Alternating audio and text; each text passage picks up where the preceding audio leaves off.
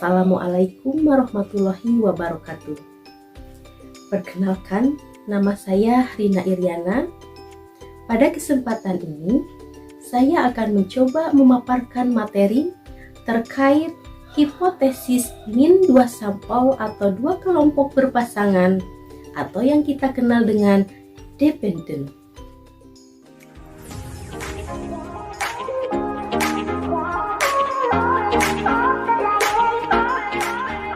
Sebelum kita melakukan uji beda rata-rata 2 sampel berpasangan atau kita kenal dependent, tentunya kita harus mengetahui langkah-langkah pengujian hipotesis. Langkah pertama, merumuskan hipotesis. Langkah kedua, merumuskan tingkat signifikansi dan nilai T tabel. Langkah ketiga, menghitung nilai T hitung. 4. Menentukan kriteria pengujian. Dan yang terakhir adalah membuat kesimpulan.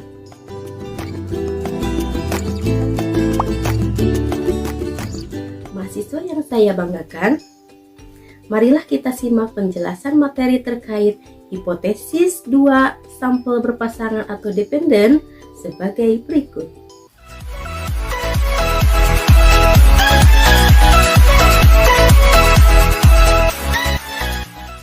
Penelitian sampel berpasangan adalah apabila 2 sampel yang diteliti sama, yang dicari perbedaannya adalah hasil yang diperoleh apabila keadaannya berbeda. Definisi uji beda rata-rata 2 sampel berpasangan atau dependent. Yang pertama adalah uji beda rata-rata 2 sampel berpasangan atau dependent digunakan untuk menguji perbandingan antara 2 sampel yang memiliki sifat berpasangan. Yang kedua, analisis melibatkan 2 pengukuran pada subjek yang sama suatu pengaruh atau perlakuan tertentu.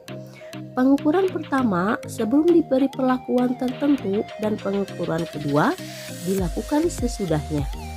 Yang ketiga, uji sampel berpasangan banyak digunakan dalam penelitian eksperimen. Yang keempat, dasar pemikirannya sederhana. Apabila suatu perlakuan tidak memberi pengaruh, maka perbedaan rata-rata adalah 0. Yang terakhir, pada uji ini data yang digunakan harus bertipe numerik dan berdistribusi normal.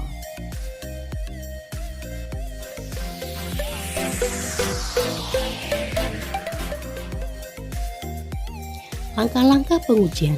Yang pertama, hipotesis. Hipotesisnya apakah satu arah ke kiri, satu arah ke kanan, atau hipotesisnya 2 arah. Kalau H0 satu arah ke kiri, berarti objek pertama lebih kecil dari objek kedua, sehingga selisih akan negatif. Kalau H0 satu arah ke kanan, objek pertama lebih besar objek kedua, sehingga selisihnya akan positif. Kalau 2 arah bisa positif atau negatif. Pengujian yang ketiga adalah statistik uji, yaitu di mana T sama dengan D bar dikurangi D0 per SD per akar N. Kemudian mencari D bar sama dengan sigma D1 per N, di mana D1 ini adalah selisih 2 perlakuan atau 2 variabel. D0 adalah asumsi selisih dari mu1 mu2 yang dihipotesiskan. Jika tidak disebutkan, maka diasumsikan D0 sama dengan 0. SD adalah simpangan baku dari selisih perlakuan. Sedangkan SD2 atau SD kuadrat sama dengan N kali sigma D1 kuadrat dikurangi sigma D1 dikuadratkan per N kali N dikurangi 1. Pengujian yang keempat adalah kriteria uji, di mana mu1 lebih kecil mu2. Jika T hitung lebih kecil T tabel, maka H0 ditolak. Jika T hitung lebih besar T tabel, maka H0 diterima. Yang kedua adalah mu1 lebih besar mu2. Jika T hitung lebih besar T tabel, maka H0 ditolak. Jika T hitung lebih kecil T tabel, maka H0 diterima. Yang ketiga adalah mu1 bukan mu2. Jika T hitung lebih kecil T tabel atau T hitung lebih besar T tabel, maka H0 ditolak. Jika T hitung lebih besar dari T tabel atau T hitung lebih kecil dari T tabel, maka H0 diterima. Untuk pengujian yang terakhir adalah kesimpulan. Kita lanjutkan ke contoh soal. Suatu pasangan calon kepala daerah akan melakukan pelatihan pematangan visi dan misi kepada 10 orang tim suksesnya. Untuk mengetahui apakah pemberian pelatihan tersebut efektif atau tidak, maka dicatat skor pengetahuan mereka terhadap visi dan misi sebelum diberikan pelatihan dengan sesudah diberikan pelatihan.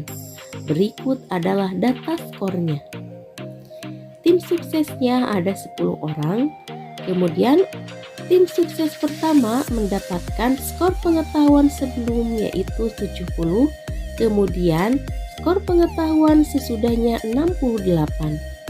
Untuk tim sukses yang kedua adalah mendapatkan skor pengetahuan sebelumnya adalah 72 dan sesudahnya 75 dan seterusnya.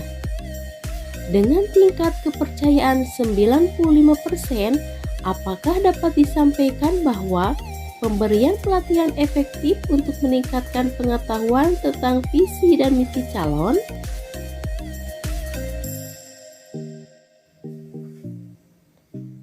Untuk jawaban soal, marilah kita perhatikan pembahasan berikut ini.